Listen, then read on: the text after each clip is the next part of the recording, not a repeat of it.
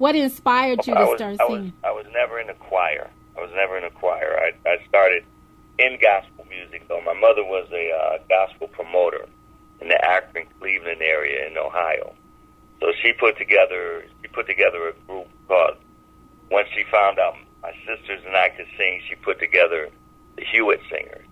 And we were a professional gospel group that sang in the Ohio area, up and down the East Coast, the Midwest, and throughout Canada, on the East Coast of Canada. And so that's when I started out. I started out from in a gospel group.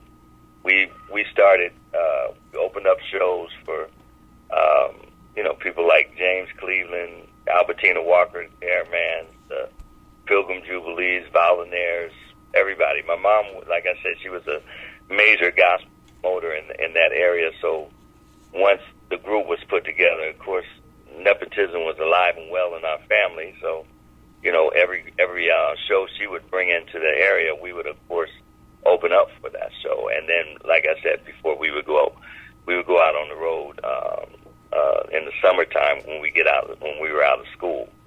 So that's how I started. I didn't start in the choir. I never did the choir thing. Wow, I had no idea. Okay, because I've followed your career ever since Shalimar, and I had the opportunity to hear you in concert one time in Europe years ago, and I was just blown away with your ability to hit those high notes. And I said, wow, he sounds live good too, so I was just blown away, the clarity of your voice. So you've been singing a long time, even before the Shalimar thing. I've been singing all my life. That's really all I've ever done.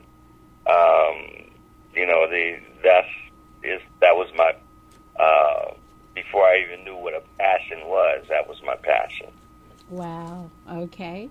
So I want to talk a little bit about your music. I know is mainstream R&B, correct? Or the songs you recorded were R&B and, like you said, some gospel. Now, the song I fell in love with was Say Amen, and I love that song. And I remember watching an interview on TV, and you mentioned that your record company didn't particular favor putting that song on the CD. And how did you feel about that?